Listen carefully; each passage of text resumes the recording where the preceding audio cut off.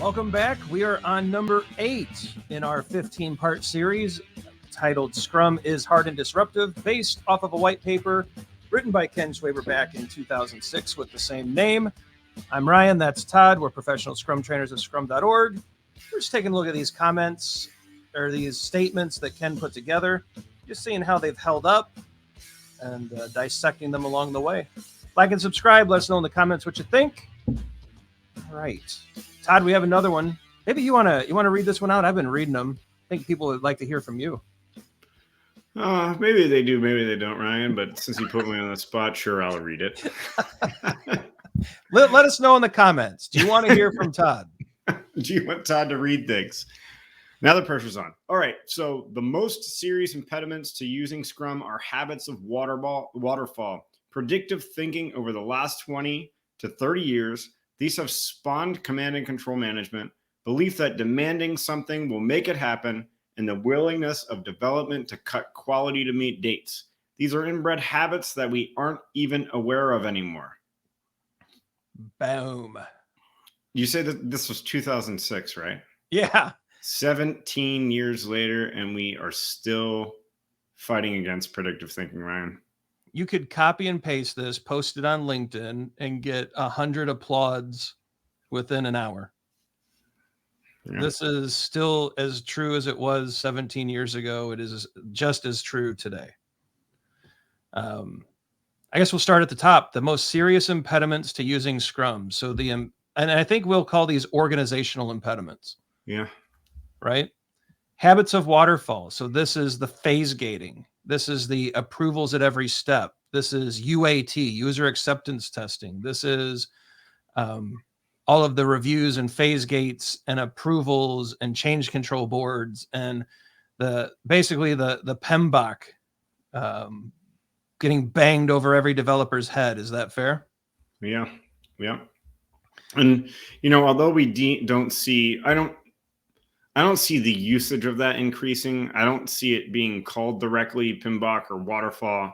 I see the mindset, though, right? I see it called safe. Thinking mindset. What's that? I see it called safe. Yeah. Well, yeah, it is called safe. PI planning, I think, is predictive thinking. Now, Yuval Yoret would argue that that's not the intent of it. The pure idea behind it is not that. But the way it's implemented most of the time is predictive thinking. We're going to plan what we're going to do the next 3 months, and we're going to do that. And that's exactly what we're going to do. Unfortunately, a week into it, everything changes. Nobody wants to admit it.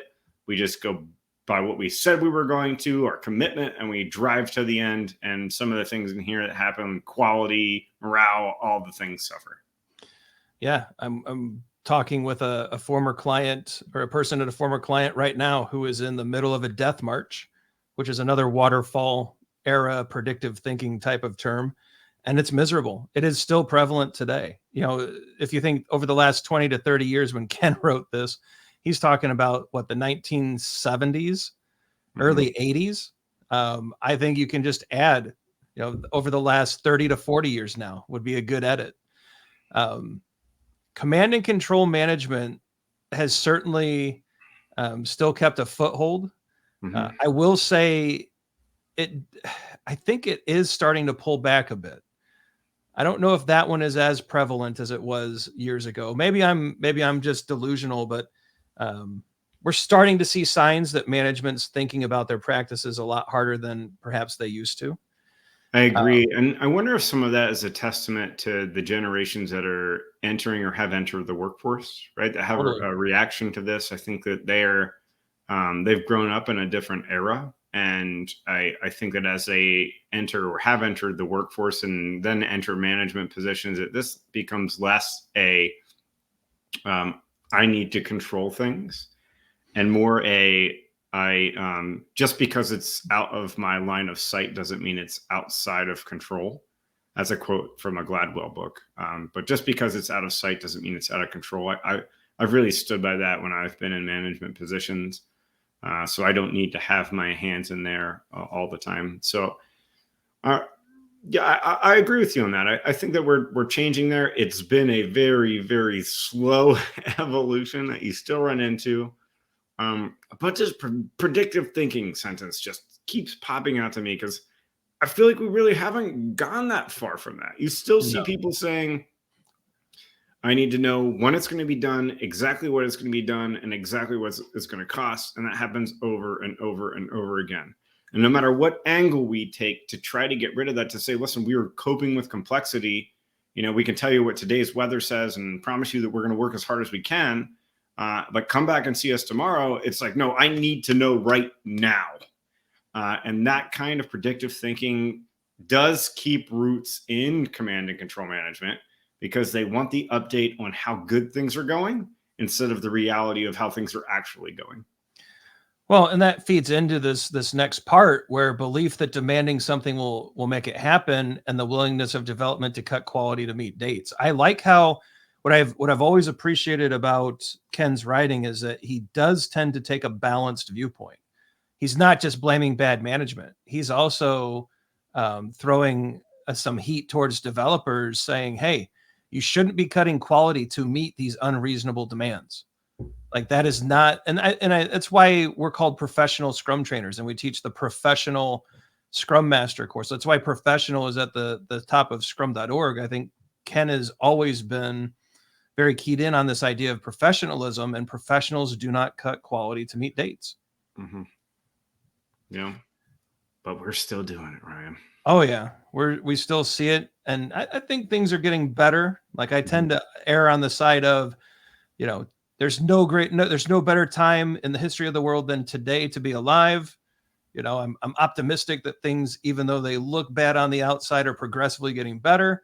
But this is one, Todd, where perhaps there's a boat anchor holding us back. Yeah.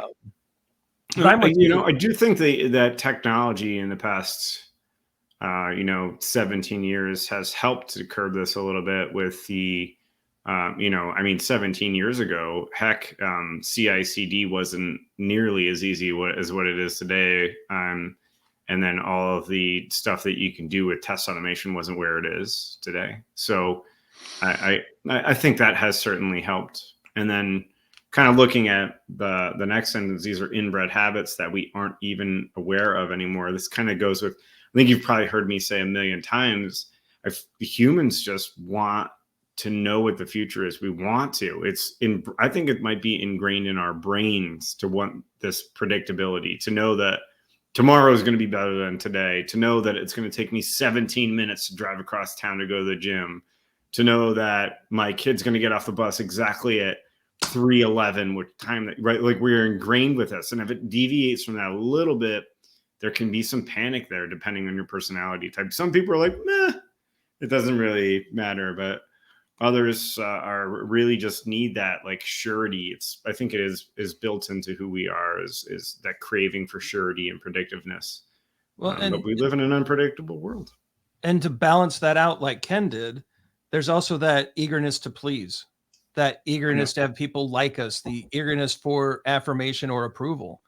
And I think that's where a lot of the bad developer decisions come from. Well, I don't want to say no. I don't want to let anybody down. I don't want to show that I can't do, like, there's all these things that pile into it, that need for, or that craving for predictability coupled with the desire to to please others. Bad combo, really bad combo. It is. And I think this relates to a little bit of what we were talking about in the last video. We have to fight against that. It's a little bit swimming up a upstream river to do this. But I think with some of the tooling that we have now, like an evidence-based management framework where it paints a reality of where we are, is very helpful for these kinds of things. Like we don't know what we don't know. Instead of maybe thinking about that deadline that you want and you want all these things in here, let's think of the customer and what's best for them at this very moment, not what was best for them 6 months ago. Because the evolution of customer has never been as fast as they are today. Well, unfortunately, within Scrum, there is an accountability in place to raise awareness of these bad practices, of these inbred habits. And there's that same accountability is also accountable for bringing tools like EBM to the forefront to combat it and to bring transparency into a team situation. And that's the Scrum Master. Yeah. So Scrum Masters, this indictment of Scrum practices, especially in this in number 8 here, kind of is aimed at you. Yeah. And if it hit you, we weren't trying to miss you. So this is one to really take to heart. This is really a big part of the gig. And we hope that hope you start working on this if you haven't already. Well, Todd, we're kind of at that 10-minute mark. Yeah. I think we've covered it. We want to know, though, if that's true. So we want to validate that this has been useful. So like and subscribe, hit the bell, leave us a question or comment. We'd love to know what you think. Check out the socials. We've been very active lately, especially on Twitter and LinkedIn. And there's even some Instagram stuff getting posted now, Todd. Can you believe it? I'm not on Insta, so that must be you posting it. Oh, it is. Some videos are going to pop up. It's our 2 free courses, Scrum Master 101 and EBM 101. Check those out. Dig in. They're great courses. We put a lot of time and energy into them. They are great starting points. They can help you get going. And we hope they are useful. For Todd, I'm Ryan. Go forward, Scrum on. We hope you're enjoying this series. We'll see you next time.